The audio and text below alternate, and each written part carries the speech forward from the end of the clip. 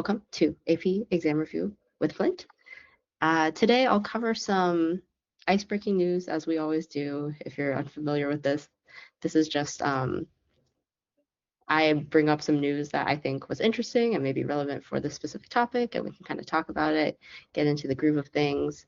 Then I'll go over how to create review activities in Flint, and then review chats in Flint. They're a bit different. I'll explain why.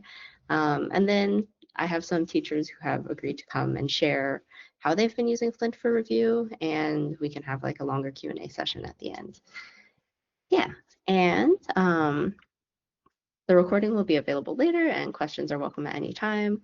I'll like pause for questions in between sections, but if there's something burning, feel free to interrupt me or throw it in the chat so you don't forget. Oh, right. Yes. Also, my name is Lulu. I'm the head of teacher experience at Flint. Also on the call with me today is Sun, our new head of marketing. So she might be helping out here and there for answering questions. But yeah, great. Okay. I'll jump into the icebreaking news. So actually in Education Week yesterday, and this article was posted middle of last month, I saw this interview from College Board CEO on how AP courses are changing for the AI era, and I thought it was very interesting. Yeah, so essentially they want to create new courses with significant input from the business community, whereas like before they were focusing a lot on what colleges were teaching, what sort of majors students were going into. Now they're trying to make AP courses feel more valuable to students. There was a lot of feedback that students weren't feeling that AP courses would be directly valuable to their careers. So now, especially now since AI power tools can pass nearly every AP test, so now they're really wanting to partner with different industries like the Chamber of Commerce to develop cybersecurity courses, and they're looking into like business and personal finance, and even making science courses more applied to healthcare contexts. So I just wanted to ask how you all feel about this changing content for AP curricula, because it's still, focusing on the content of learning. And even in the interview, they asked the CEO, employers seek these tricky to measure skills like creativity, communication, collaboration, critical thinking. And his answer was kind of just, oh yeah, we have AP Seminar that has more project-based stuff. So I feel like from what I could gather, they still weren't really thinking about like the process of teaching or the process of learning. But yeah, what do you all think? Do you think like focusing on content is a way to get to the process? Do you think that there's like a balance that should be achieved and we should be focusing more on process? Yeah, feel free to unmute and respond. I can also call on some people. Lara, sorry, you're going to be my guinea pig. You have any I'll be the guinea pig. So first of all, I don't actually teach AP classes. So I'm helping out today though, because I've done a lot of review with Flint. So I'm on here today. And so, what I know about APs is just what I've studied on my own and what I've learned from fellow teachers. And so, but I am always in favor of process. Content is essential. You've got to have some content. You can't teach process without content. But I tend to be very much in favor of the process over the content. Excuse me. I'm going to be talking, but I also have allergies. It sets me off coughing every so often. So, but it's interesting though in the age of AI that because yes, the AIs actually can pass the AP exam. So where is the value? Are the students just going to memorize what they get from an AI and then reproduce that? But I think at least some questions that are more oriented to process as opposed to content, that's a way of rethinking the curriculum in the time of AI. For sure, that I feel like that makes sense. I think I asked a very similar question last week, honestly, to the IB folks, and the summary of what we discussed there was that you can't really get to process without any content. Like, what would you even discuss? But yeah, you do need to, can't just like look at how can we memorize things, like what sort of knowledge does the student need. Um, there are still those skills that you need to like proactively focus on. Mhm. Yeah. Yeah. Any other thoughts? I do recommend reading through this interview. It's very interesting. And also post it in the chat. Oh yeah, it'll be in the slides with the recording. Okay. Yeah. We do have a lot of slides to get through, so I will continue on to the different demonstrations. So first I'll talk through review activities in Flint. So between activities and chats, typically activities are used by teachers to administer to students. So you can create different experiences for the students that are really hyper customized, whereas chats are just, one-off experiences that you're not necessarily sharing with other people. So I'll share later how you can use Flint through chats for yourself and how students can use Flint through chats for themselves. But activities can be created by you or by students, honestly, to do a variety of things, which include you can use chats to generate problem solving practice. And the key here is that it can be very dynamic and differentiated. So it will continue to respond as the student is responding, and you can set up the parameters for how that looks. So I'll share some examples of what that can look like, but an example would be you can tell Flint to make questions harder as students get them right, or you can tell it to, if a student misses a question, then you can have it ask a similar question just to reinforce that concept specifically. Yeah, and then you can also have Flint act as a oral speaking practice partner or evaluator. And I think especially the evaluation piece here and like giving feedback on writing. Um, with the activities, you can put in a rubric, you can put in guidelines, how you want the student to be given feedback and how you want them to be evaluated. So that's all more customizable through the activities. Yeah, I will go ahead and go into Flint itself.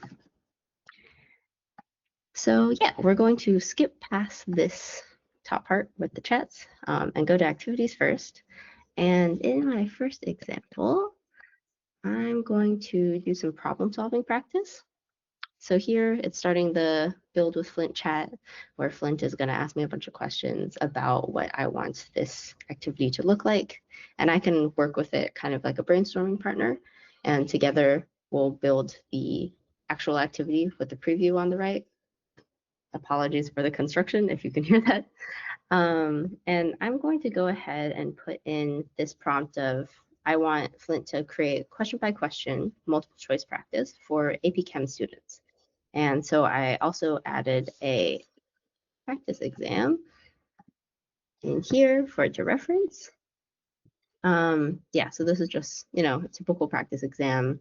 I double checked that it can be read by technology. So if you just like highlight over it, that means it can see the text. It's good stuff. Yeah, and I'm also allowing it to see the images though, so that it can see all of the different charts and the, different resources that are provided to the student. And once I'm gonna send that over, this may take a sec because it is evaluating and reading through all of the information in that attachment, and it's going to think up a response of how it can create an activity to satisfy the needs that I just gave it. And then once that's done, on the right-hand side, the session preview shows us what the activity will actually look like, and we'll be able to simulate it and also try it out manually. And I think that's like a key thing to do with any activity that you make. The simulation is really good for getting an idea of what the content will be like, what the structure will be like, but you want to try it out manually too, because sometimes it still behaves differently, and you want to make sure that if you're acting like a student, that it will, respond accordingly, whether you're like doing really well or if you're kind of struggling. Yeah, so here, so it understands that I want question by question multiple choice practice, and now it's creating the practice activity. So here it'll actually shows you very actively what sorts of tools it's using. So it's creating an attachment, probably with the multiple choice questions in it. And after it does that, it will go on to the next step. Yeah. And within here also, like, I just posted a link. You can add any additional resources, either from your computer. You can attach documents, images, graphs in any sense, and also links from the web. You can take a photo if you feel the need to, add in equations, code, draw on a whiteboard, or write a document. And these are all the sorts of input methods that are available to the students as well. Oh, I think it's timed out. So I'm just gonna say, go ahead and make the activity.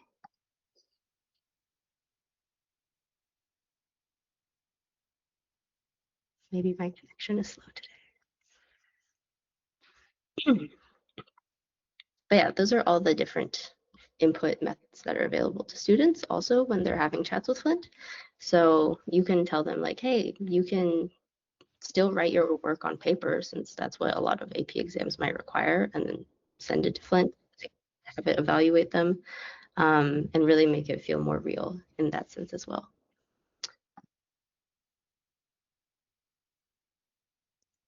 Of course, when I tested this yesterday, it didn't take it this long. I guess any questions so far about the activity creation process and what sorts of materials would be good to add in? One Yeah. thing I'll just add is that it can help to narrow down the topic and not just, the entire AP Chem exam, but okay, let's focus on one topic, and that can help.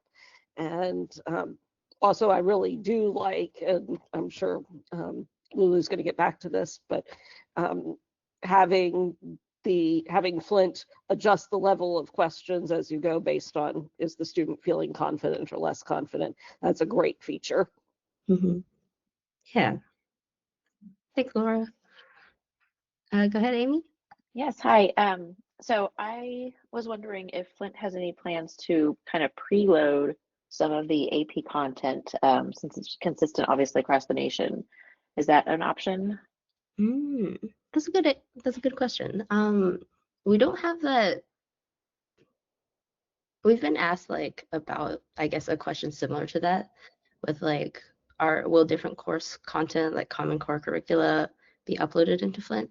And I think it is a direction that we want to go into, along with the direction of allowing schools to add their own content into Flint that they can just like reference really quickly. So I'm not sure what the timeline looks like on that, but I think that is the ultimate direction that we want to move towards. Yeah. Carlos?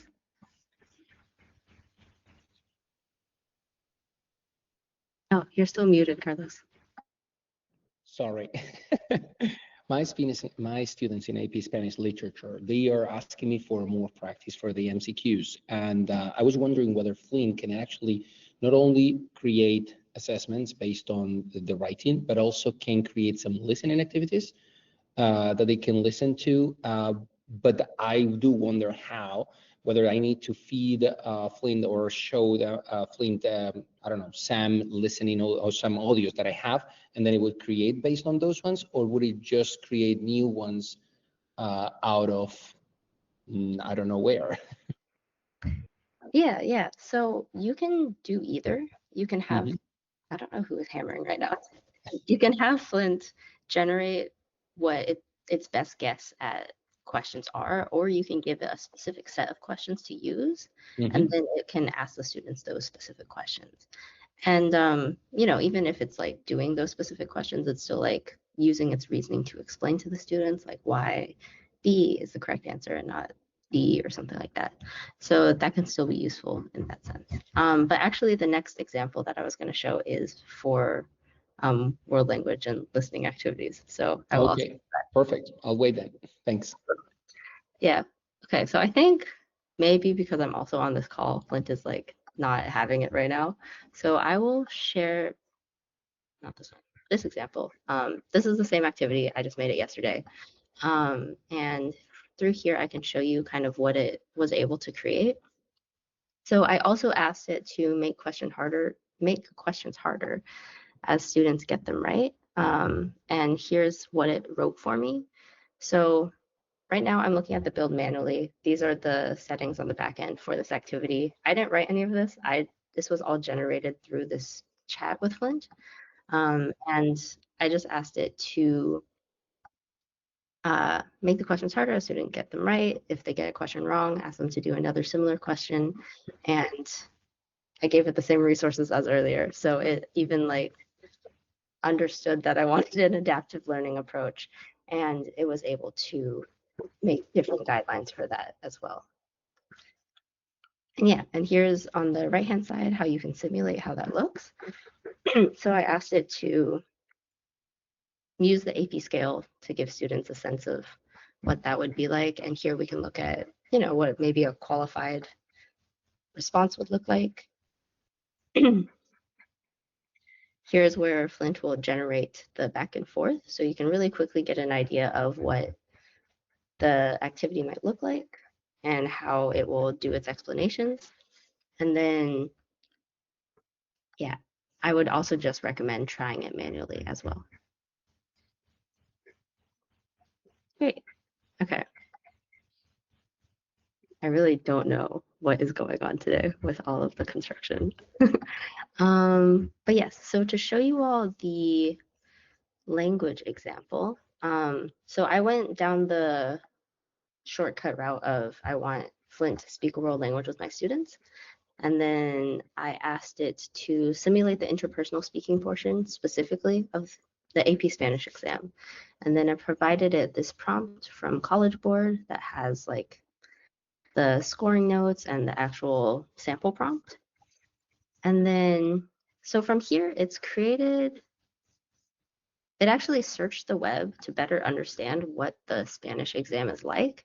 And then I even asked it, like, what did you find in your search? And it gave me the full outline of how the conversation should go, and what the scoring criteria should look like. And then it created the activity.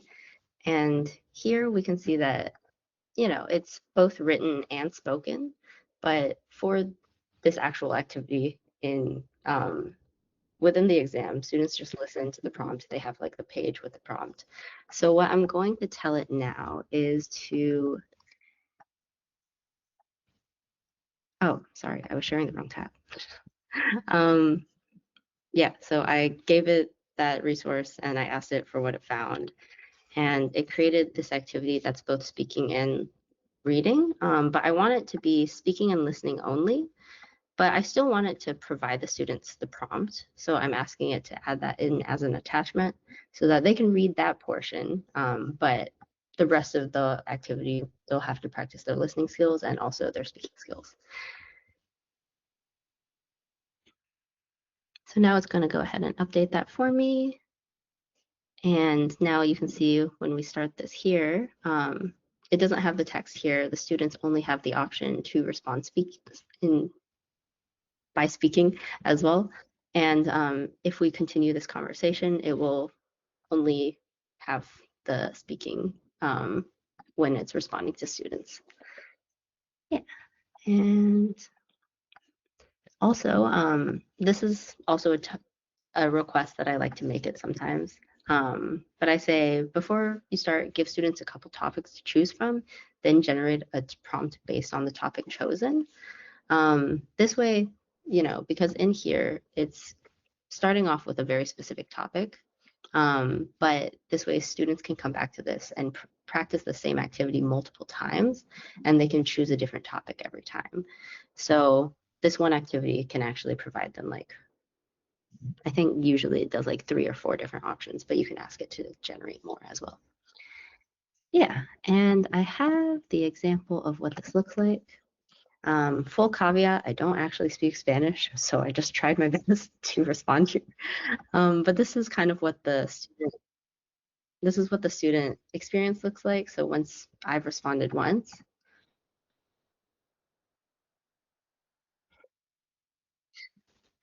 You can go back, listen to how the students were responding, and then when Flint responds, it will only respond with the speech. And then once the students submit, they still get the strengths, areas of improvement, all of that feedback. And then when you're looking through it as a teacher, you can see like the transcription of what they said and what Flint said. Yeah, any questions about speaking activities?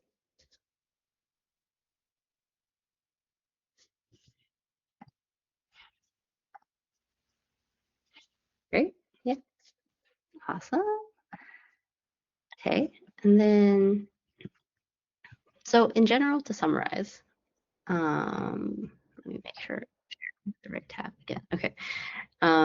Definitely when you create an activity, you want to preview it and you want to make changes based on that preview. If you find that it's like being too helpful, sometimes one thing that I ask it is in the chat, I'll ask, in what ways are you going to help the student? And then it gives me a list of what it's going to do. So then I kind of treat that as a list to cross off from if there's something where I think it's being too generous or too helpful. That's like a good way of figuring out what sorts of things you might want to limit. But yeah, provide examples and content when you can as well. Flint has a lot of knowledge and it's not always necessarily just thinking about the AP context.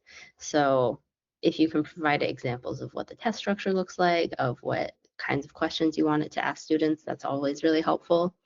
Yeah, and on here, I just have like some additional prompts that we kind of talked through already, I think.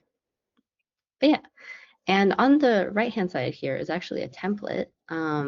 And I'll really quickly show you where to access those in the product in case you haven't seen it yet. But on your homepage, there's this option to explore templates. And then here you can see there's a bunch of templates created by different teachers at different schools or even students at different schools. And there's some stuff for AP already made out there that's been published, and any of these you can take and adapt to your own classroom. And yeah, it's just like an open area to share what people have been working on.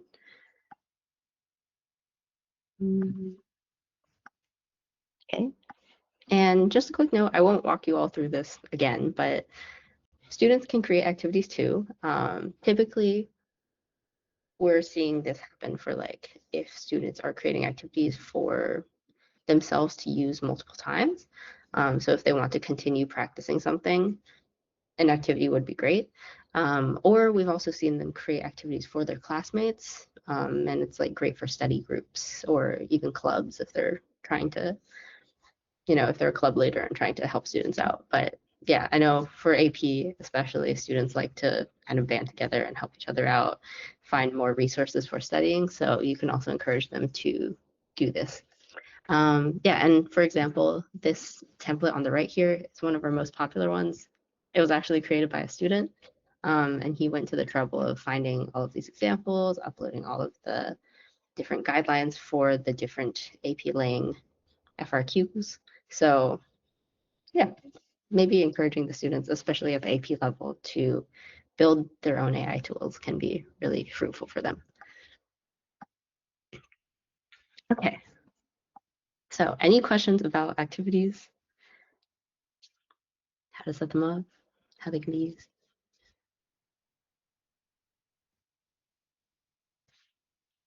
Great. Oh, go ahead, Jonathan. Oh, you might still be muted. All right, thank you. So I was just wondering, it's kind of related to what you were mentioning just now about how students are able to edit these things. Whether the students are editing it or the teachers are editing it, how do we know when the task is actually complete? And, what if we wanted to repeat the same task later on as another session? Can you carry things over? Do you have to repeat things again? Is there some sort of continuity, or how exactly does that work? Okay, so by task, do you mean like if you want to repeat the same activity again, or if you want to have like a similar session with an activity? Yeah, maybe like a similar session. Yeah, okay, good question. So honestly, that is a question that we see pop up a lot, like how do students know when to stop talking with Flint? And Flint acts like an over-eager conversation partner, I guess, is the best way I would describe it. So it also doesn't really know when to end the conversation. So sometimes I'll just tell it to, only ask like 10 questions of the student. And then, of course, if the students want to continue the conversation, they can. But, Flint knows, they know that like at 10, you can be done. There's also the option to set a time limit if that's like something reasonable for you all. I know like a lot of the AP exams have time sections, so maybe that makes sense in this context at least. But yeah, those are like kind of my best answers there. As for the continuity bit, so with each session, Flint's memory is kind of new and fresh. So that's why I earlier had like added the rule for students to be the ones to choose the topic, because Flint won't know what topics students have practiced before. There is the option, I guess, let me show you here. There is the option to print out a previous session. This will just save it as a PDF. And then students could upload that into a new conversation and ask Flint, like, hey, based on what I did here, can you create questions for me? And then Flint will have the context of that. But there's also the follow-up activity option where Flint has, looked at the strengths and areas of improvement, and then it will suggest a follow-up. This just might not be in the same, it won't have like the same, I guess, settings as the activity that you've made for them, but the follow-up activity will create a similar one based on what it thinks that students can improve on. So that's like the couple of options there. Yeah. Does that all make sense? Yeah, thank you so much for that. Mm-hmm. Of course. Okay, I hope the hammering has stopped. But now for review chats in Flint. So again, chats are kind of these one-off conversations that you can have with Flint. And as a teacher, you can see both the teacher perspective of things and what we suggest for students as well. And with teacher status, like Flint is more helpful to you. It will readily, it'll readily like help you create writing samples and help you write report card comments and all of that. Whereas for students, it acts a bit more like a responsible tutor where it won't do as much of the work for students. But yeah, so I'll show you how you can use it for yourself as a teacher and then also how students can use it for themselves. I'm going to use this example of creating a worksheet. And I'm going to put in this prompt for Flint to generate 3 worksheets, each at a different difficulty level with 10 multiple choice questions each for AP US History. And I want it to use the same format as the exam, and I'm uploading an example again here. This is from the College Board. It's like the full exam. With any uploads, you can upload about 50 pages single spaced, 100 pages double spaced. If you have like a longer document, you can split it into more documents if you need, but like Laura said earlier, like it's good to condense the material that you have, just because if you give it a lot, it kind of doesn't know what is the main focus of what it should be doing. So yeah, it's just like, I guess, the basics of content upload there. But yeah, on this side, it's starting to create the 3 different attachments. So here for basic level, you can see it's generated excerpts like how the AP exam does it. It's asking the questions about each excerpt. And then I think even at the end, yeah, it'll generate the answer key for you too. So yeah, just double check that before you share it with the students. Maybe delete it if you're actually trying to quiz them. But yeah, it's creating the intermediate level, the beginner level, and then also the difficult level. And with these documents, you can print it, you can move it to Google Drive, download it, copy the content, and paste it somewhere else, however you want to go about doing that. Yeah, so that's one example. For teachers, and I'm just gonna another tab as it finishes that. Oh, actually, okay, we're good. Yeah, so now from the student perspective, students are almost always asking like, hey, can I get like more practice for this? Like, I don't understand. But then if they search online, there's not a lot of practice, or there's only so much practice you have access to as a teacher too. So you can kind of show them how they can do this for themselves in Flint. So here for students, if I wanted to quiz me on material, um, it'll start asking me questions about what specifically I want to do. And I would just tell your students, give it the context of what class or what test you're studying for. And then it's good to like ask for a specific thing that you want help with. So here, it's really simple. I'm just saying I'm an AP Stat student who needs help practicing probability. And then it's saying, great, let me create some practice questions for you. And now it's going to actually use its calculator to create these practice problems that are mathematically accurate. I know a lot of AI isn't really good at math, but we do give Flint access to a calculator to be able to do this reliably. So here it's created 5 problems, and then I can, start answering them. I can ask for help with any of these questions.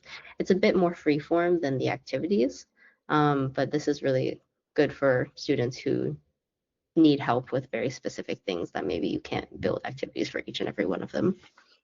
Yeah, and as a second example here, I'm going to say I'm a AP Computer Science A student and need help understanding recursion. Can you give me some Java snippets to debug? And yeah, so it can even create the code for me to get started with. And then I can debug actively in these and then go back and forth with Flint on each of these code snippets, many of which it has now generated. And that's just giving students even more practice here that feels, real in a sense. Yeah, okay. Oh yeah, thanks Lara for sharing. Another idea for when you are finished is to have Flint ask the student how confident they feel in answering the questions and then move on or end based on that feedback. Yeah, that's a good idea. Okay. Yeah, so to summarize, you can create activities for students. These are like best for like structured lessons, or you can have them use it anytime. It's like really flexible there for how you want to use them. Students can make activities for themselves or for their friends if they want to also create those customized recurring practice sessions. And then for chats, you can generate materials for students for use outside of Flint, or you can plug it back into Flint to create activities too. Or you can have students have chats on their own for basic questions, explanations, or also to generate practice problems. Yeah, any questions about chats?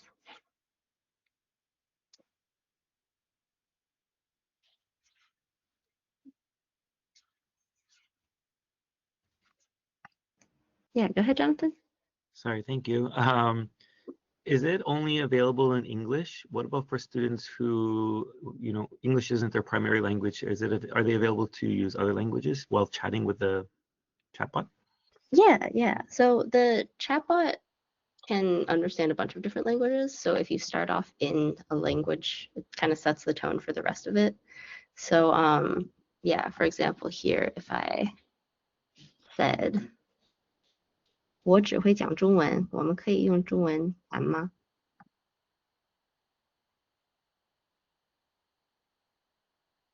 It knows that I spoke in Chinese, it transcribes the Chinese, and then it responds to me in Chinese. So yeah, the first, I guess, question will be in English, but you can tell the students that they can continue the conversation in whatever language they want.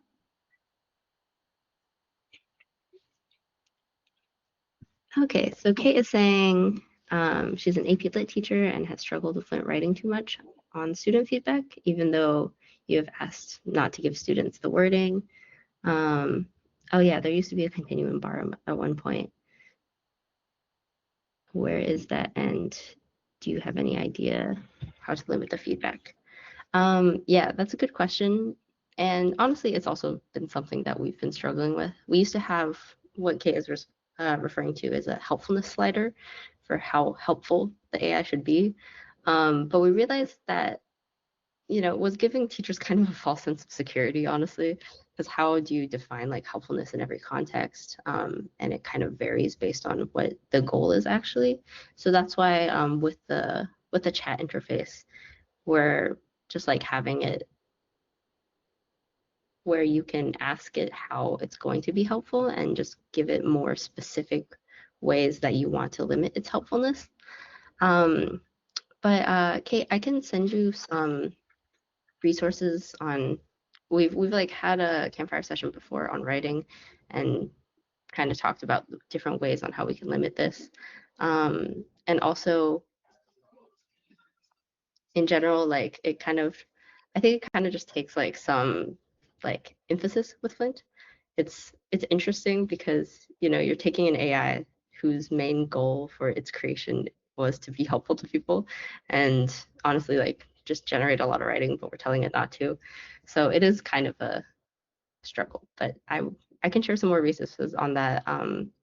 We do have another campfire session that we did about that earlier, but yeah. Are there any like specific questions that you have about that, Kate?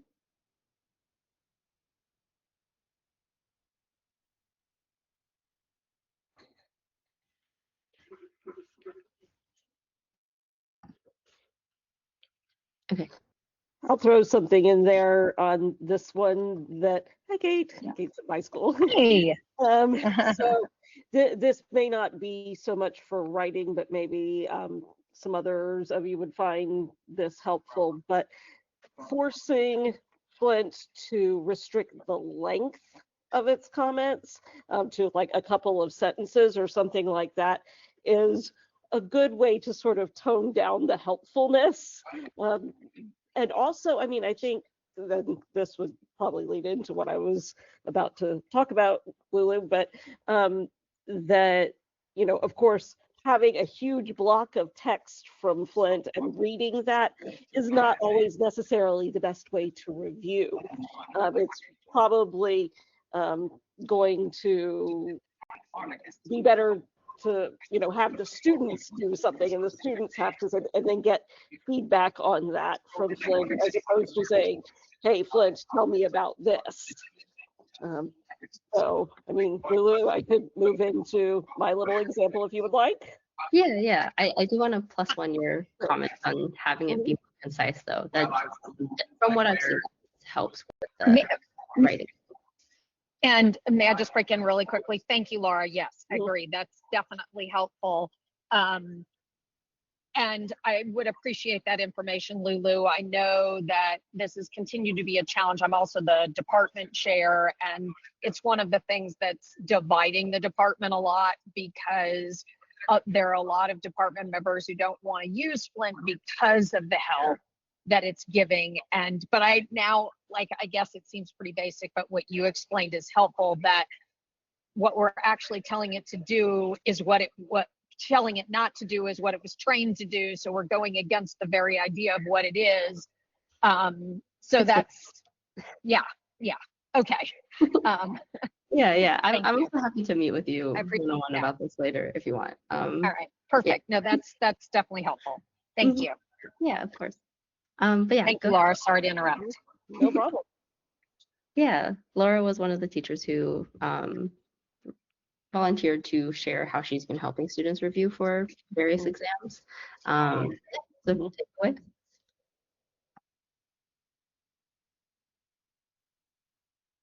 So are you ready for me to go ahead? And if you want to share that template that I gave you, Lulu, that's also, we can look at that.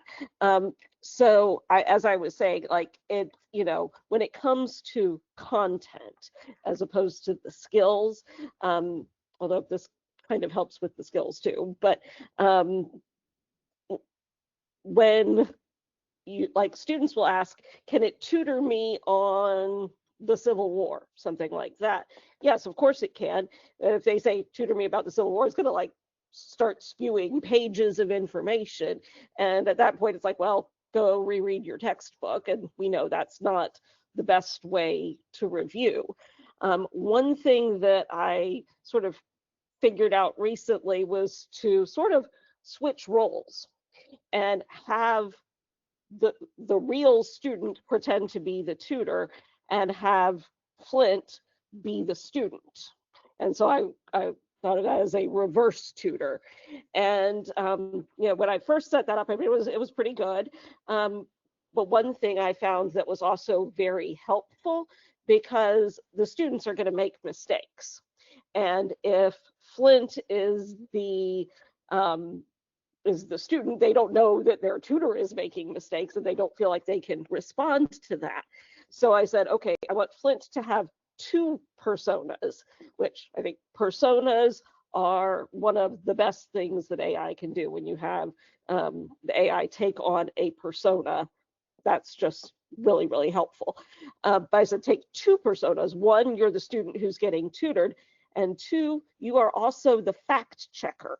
And so when we go through, the student persona asks the question, my real student responds, then it goes through the fact checker to make sure that the real student is not making mistakes with their content. And so that can just kind of check to make sure that the information is correct.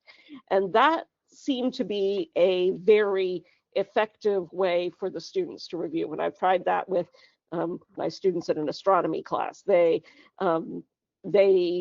liked having to explain things themselves and then getting caught when they're not explaining things correctly, get that feedback now before they go into the test. So that was one example of that. And you can see in the chat that we've got the template that I made for that, which I deliberately made super generic so that you could adapt it to whatever content that it's relevant. I definitely recommend narrowing down the content and not just saying review American history with me. That's a lot. Another thing that I like about the reverse tutors, I'm a physics teacher, and so having Flint type the math is much nicer than the student having to write the math. So if Flint is the student, then it can type math. I also have encouraged it to ask questions. After as I said above, restricting the length of the response that Flint can give helps to tone down the amazingly eager helpfulness of any AI.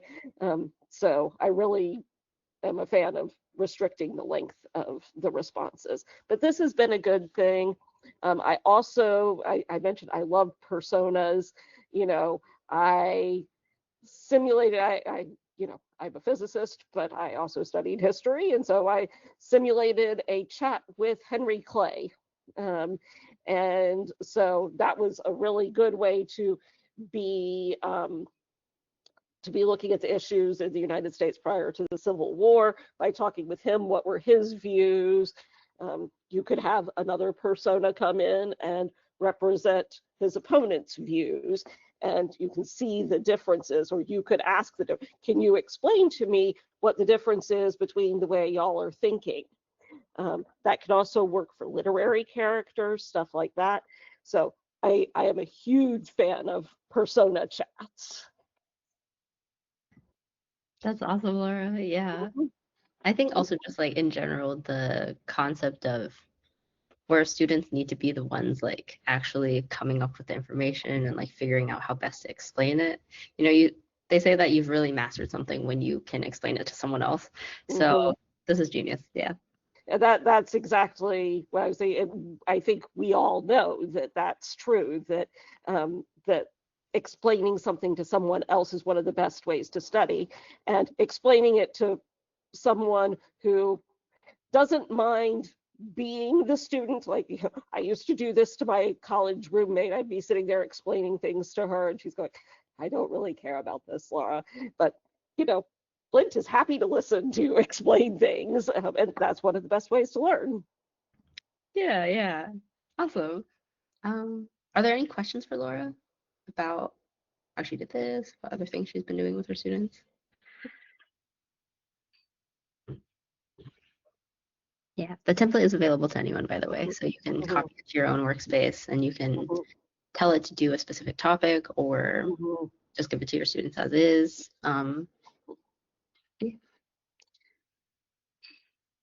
So I'll say I got into Flint by doing reviews in the first place. The very first thing that I did was a review for a test. When I was sick the day before the test, I was like, okay, got to give the kids something that they can use to review for their test. That was how I started with it.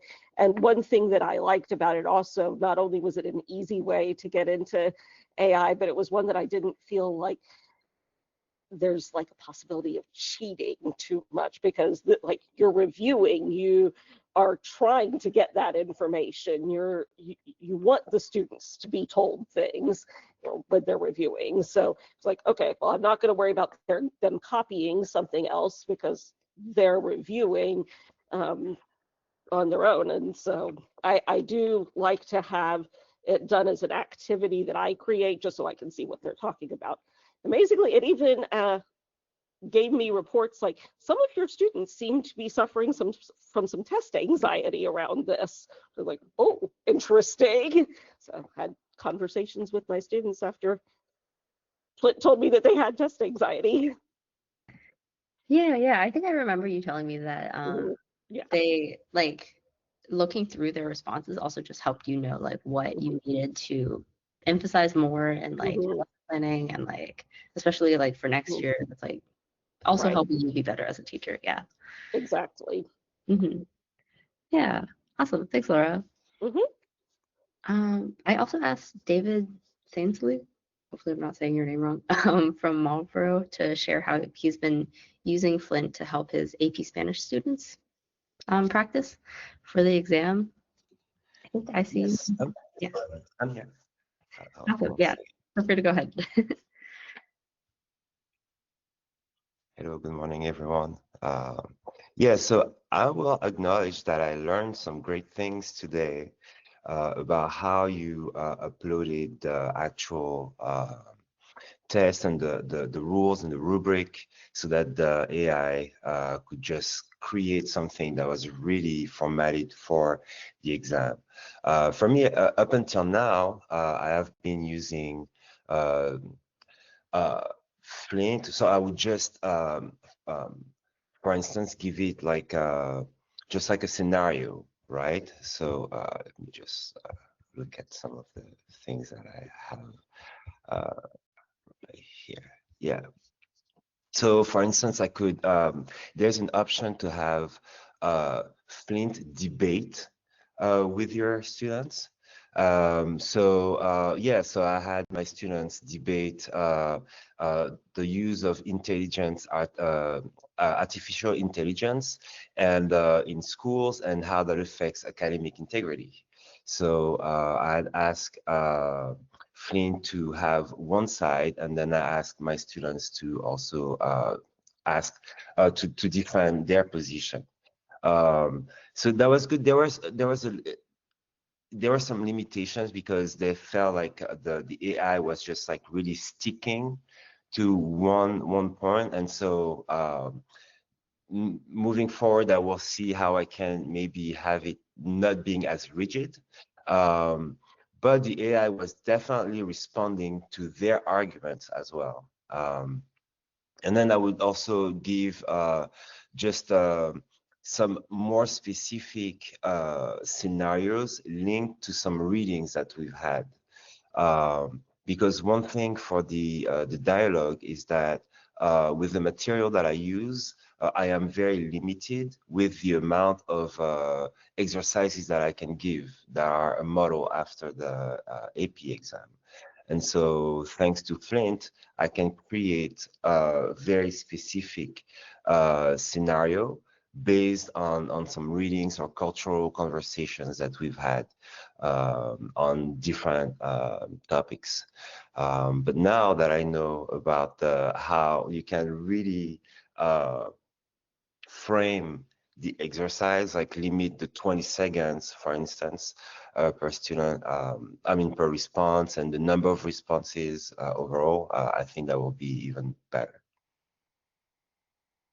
Yeah, that's awesome. Yeah. Also, to add on to that, I've seen a lot of language teachers upload images also, because from what I remember when I took some AP language tests, there were like some parts where you have to describe what's going on in an image. I don't know if they still have that, but Mhm. okay, never mind.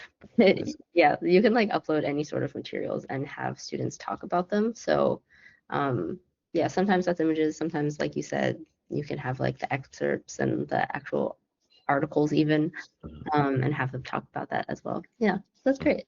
Mhm. Yeah. I guess question for you, how have your students responded to it? What's up? Yeah, so I use it with my level 2, my level 3, and my AP students. I actually use it more with my level 2 and level 3. Because for AP, I focus also on like the actual framework of the exercise, right? So now that I know I can do that with Flint, I will do it more. And my students, they really like it. I set it for like 10 minutes. And it's 10 minutes that they can use either as a like warming up activity, or at the end of class, if we have 10 minutes, and there is a Flint activity, and that's kind of like an exit ticket, you know. And and so the same thing, like it's about a theme that we're working on, for the unit, you know. And so if we're working on something like fashion, then they can discuss like the different fashion trends, you know, for American students and you know, Francophone students. And so AI is very, or Flint is very good at also, if a student, for instance, says like, well, I don't really know like how French teenagers dress, then the AI will say like, well, actually, here are some resources that will tell you about French fashion, like teenagers fashion, right? So they like that. I can also like tell the AI to use some very specific vocabulary terms or tenses. Um, so which is good because that will come up in that conversation. And also AI is able to understand what they mean despite the mistakes they make, right? And so they really appreciate that too. Because they're like, oh wow, like I make mistake, and they still understand, because often like the mental barrier for the students is wanting to speak perfectly, as opposed to understanding that they just need to be able to get their point across regardless of the mistakes, right? And so with these exercises, then they see that actually I can have a conversation and still make mistakes, and I can talk for 10 minutes. So it's been very positive.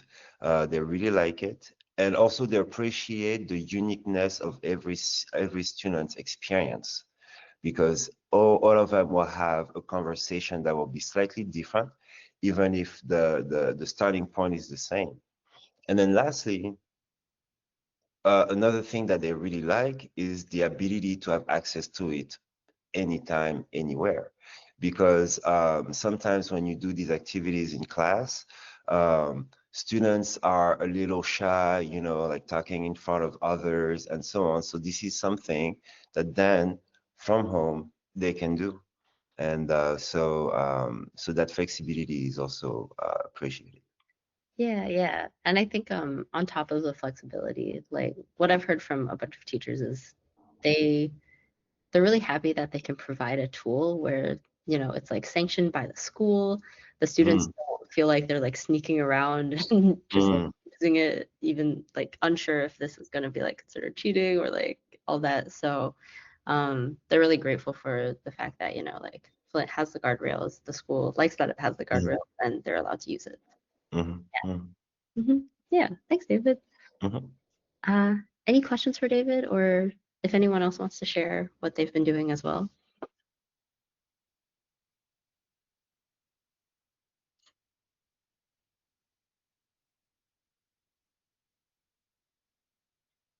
Cool.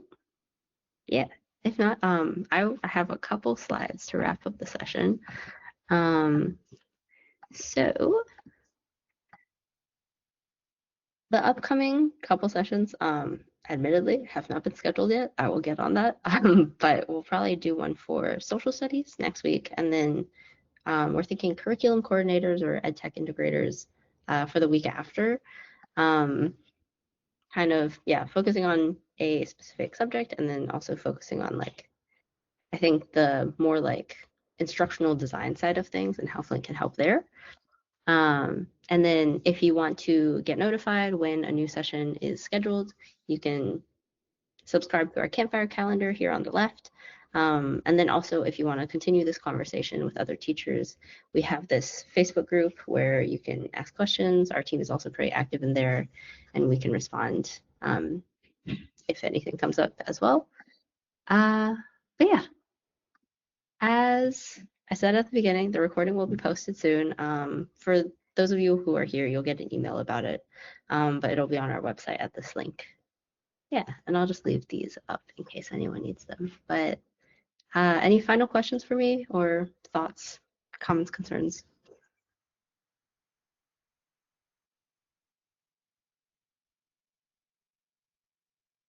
Great. If not, hope you all have a good day. Thank you again for coming to this one, and hopefully we'll see you all soon.